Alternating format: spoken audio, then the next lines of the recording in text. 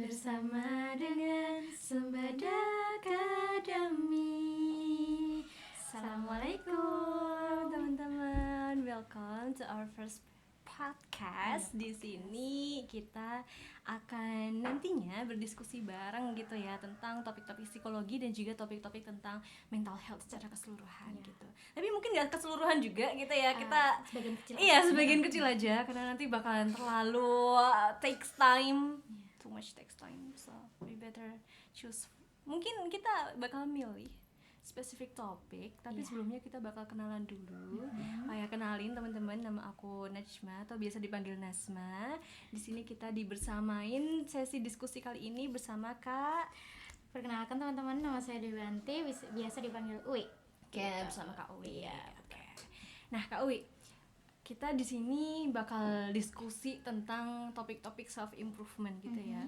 Dimana sebenarnya kemarin aku itu kedapatan klien gitu, dimana kliennya itu bercerita mengenai bagaimana membangun self confidence yang kemudian bisa dinilai efektif gitu. Kalau menurut Mbak Dwi, mungkin caranya gimana sih, atau ada cara-cara spesifik yang menurut Mbak Dwi itu lebih efektif dibanding yang lain? Kalau dari pengalaman saya sendiri ya, cara membangun self confidence itu gimana gitu kan. Kalau dari aku biasanya kalau kita langsung dihadapkan sama orang kan kadang malu. Biasanya kalau saya tuh bercermin dulu, ngomong sama diri sendiri, monolog dulu di depan cermin. Terus ya kayak meyakinkan diri, oh ini caranya belajar ngomong tuh kayak gini gitu. Walaupun kadang nanti kalau sama orang rumah dianggap, dia kenapa sih gitu loh, kok ngomong sendiri ya nggak ada yang balesin, ngomong sendiri. Tapi itu malah justru yang melatih kita untuk makin percaya diri.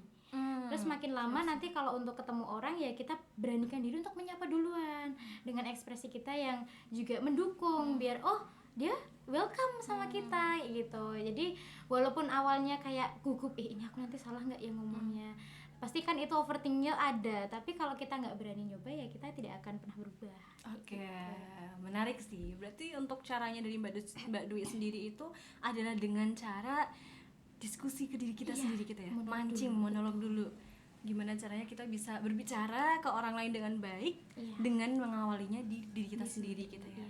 Kalau Mbak Dwi berarti lebih ke monolognya bener-bener harus di depan mirror kah, harus di depan kaca kah, atau bener-bener kayak nggak ada spesifik waktu, nggak ada spesifik condition gitu?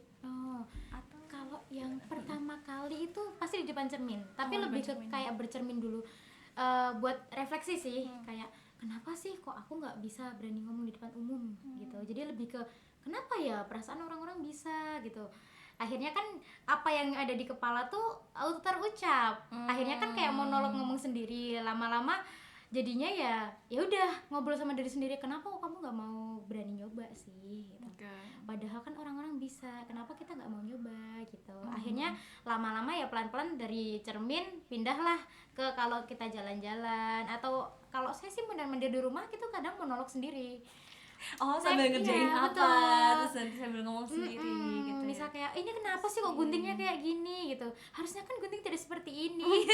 Jadi malah mungkin kalau orang melihatnya dramatis banget ya apa-apa diucapkan, tapi sebenarnya kan itu untuk ekspresi kita dan lebih ke gimana kita mengkomunikasikan sesuatu pada hal-hal detail pun gitu. Menarik sih. Berarti memang seni komunikasi itu harus sesuatu yang dilatih dan dibiasakan gitu dalam keseharian. Oke, nah Mbak Dwi sendiri biasanya kalau semisal latihan nih dengan diri sendiri atau melihat cermin tuh kan, kira-kira apa aja sih Mbak Dwi kemudian faktor yang kemudian Mbak Dwi lihat itu, apakah dari ekspresinya kah, atau mungkin dari intonasinya kah, atau dari apa yang bikin kita benar-benar confidence gitu sama diri kita ketika kita melihat bayangan kita di cermin itu? Tadi kalau untuk menjawab pertanyaan Mbak Nasma, untuk gimana sih cara kelihatan yang confidence itu, kalau dari aku sendiri pertama itu dari looks ya, dari face kita, ekspresi kita itu gimana biar kita bisa meyakinkan orang lain gitu. Karena kan dari kalau kitanya cemberut, kitanya marah kayak gitu kan, pasti betul. Ini dia nggak nganu sih, nggak bisa dideketin nih kayak gitu kan, karena kan ada yang bisa dibilang mukanya galak kayak gitu loh. Jadi untuk yang pertama pasti kita harus memperhatikan ekspresi kayak gitu. Terus untuk yang kedua baru kita susul dengan intonasi, dengan menyapa kayak hai apa kabar gitu. Jadi kita berikan kesan kalau kita itu excited ketemu dia. Jadi dengan gitu pun dia jadi kayak oh dia welcome nih gitu. Aku diperhatiin, Iya, aku betul, disambut dengan baik disambut, gitu ya. betul. Jadi kalau dari aku 2 step itu sih biasanya untuk yang dasar seperti Oke. itu. Untuk Kalau yang dari dasar kakaknya berarti- sendiri gimana deh? Oke. Berarti tadi kalau dari yang Mbak Wi sampaikan yang pertama looks, yang kedua intonasi gitu ya. Oke. Kalau intonasi itu intonasi yang berarti hospitality gitu ya. Apa Iya. keramahan, Iya, terus betul. rasa untuk kemudian kita menunjukkan excited kita terhadap apa yang disampaikan lawan bicara gitu ya. Berarti ini lebih ke seni komunikasi yang mendasar gitu ya. Iya, paling Oke. dasar sekali.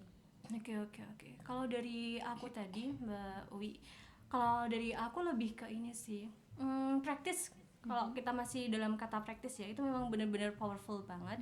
Tapi kalau dari aku lebih ke ini sih, mainnya main gadget gitu. Jadi memang ada mirror di depan, tapi ada juga gadget di samping.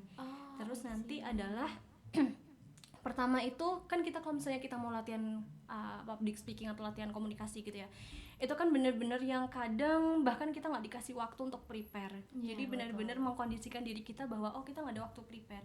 Jadi tanpa persiapan apa-apa, coba aja naruh HP di samping, depan cermin gitu kan, terus kita rekam sekitar 5 menit lah ngomong apapun yang muncul di pikiran kita gitu. Nah ketika 5 menit itu udah selesai, kalau dari caraku adalah bisa diputar yang pertama, itu untuk dilihat apakah kemudian ekspresi kita, jadi kita benar-benar volumenya turunin, nggak pakai volume sama sekali. Kita lihat ekspresi kita ketika kita menyampaikan, kira-kira engaging nggak, kira-kira hospitality-nya nampak nggak, kira-kira kita itu dilihatnya galak apa enggak tadi ya. Betul. Terus kemudian play yang kedua itu adalah kita nggak perlu ngelihat layar, tapi kita benar-benar dengerin intonasi gitu. Ya jadi dibagi betul, langsung ya. langsung. Jadi stepnya nanti kalau pertama ngelihatnya tetap dari looks, baru yang kedua juga dari suara intonasinya ya. Jadi mungkin kayak yang biasa aku pakai adalah step kedua, step lanjutannya dari tempatnya Mbak Wi. Karena kan punya Mbak Wi kan langsung ngamatin langsung, tapi ketika aku kan adalah POV-nya POV nge-review gitu, POV kayak orang lain tuh gimana sih nangkepnya kita. Betul. Bagus sih, keren sih Kak. Gitu sih. Apalagi ya, sama mungkin bahasa tubuh kali ya, tapi bahasa tubuh tuh benar-benar harus yang kita latihan juga. Jadi kalau bahasa tubuh lebih ke jam terbangnya juga nggak sih, maksudnya kemudian kamu seberapa effort yang kamu tuang keseharian itu, biar gimana caranya badan kamu tuh juga inget tentang gimana caranya kamu komunikasi dengan baik. Iya, tapi kadang juga kalau misal walaupun kita mencoba percaya diri, kalau kita ragu dengan diri sendiri juga orang juga tahu nggak sih Kak? Betul. Jadi lebih ke diri kita sendiri juga nggak sih, harus harus berani gitu loh. Walaupun nanti dijudge seperti apa, kita harus berani. Kalau kitanya masih ragu-ragu, orang juga nggak punya kayak apa sih gitu loh. Iya betul. Bener. Jadi memang harus berani mencoba juga sih. Iya betul. Stepnya adalah berani mencoba. Jadi teman-teman bisa coba dari punya Mbak Wi dulu, nanti kemudian nge-reviewnya lanjutannya adalah dari tempat aku. Wih gitu teman-teman, seufrit gitu ya tips untuk membangun self confidence ataupun komunikasi yang baik. Mungkin sekian, see you at the next chapter insyaallah. Dadah semuanya.